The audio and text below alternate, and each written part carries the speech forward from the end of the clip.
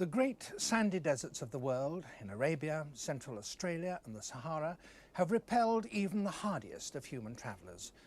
Few people have managed to survive in them for long, totally unaided. But some manage to make regular journeys through these wildernesses.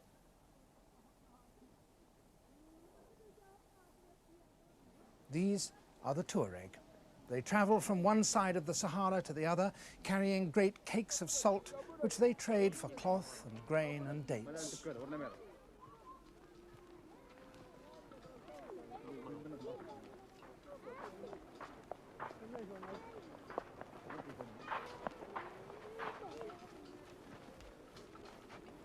But even the Tuareg can only make these journeys with the help of an animal desert specialist, the camel. They have to take all the food that they and their camels will need with them.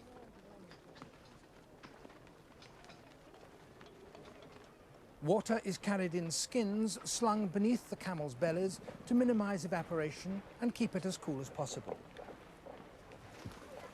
The camel itself is marvelously adapted to life in the desert.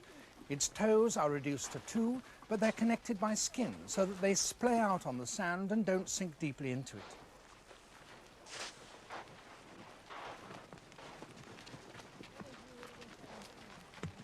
Their nostrils are closable, so they can shut out sand grains during a sandstorm.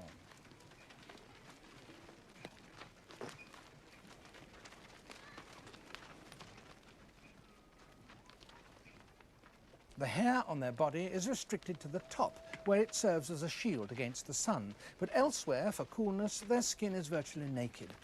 Their hump is full of fat, which, in emergencies, can be converted to water. But the process wastes a lot of the fat's calories, and the camel only does it when it hasn't drunk for a very long time. It can, in fact, live without liquid water for 4 times as long as a donkey and 10 times as long as a man. But eventually, even a camel has to drink.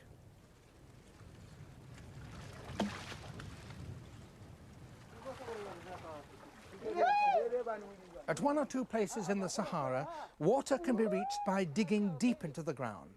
Here, camels can at last refill their stomachs, and they take a lot of filling.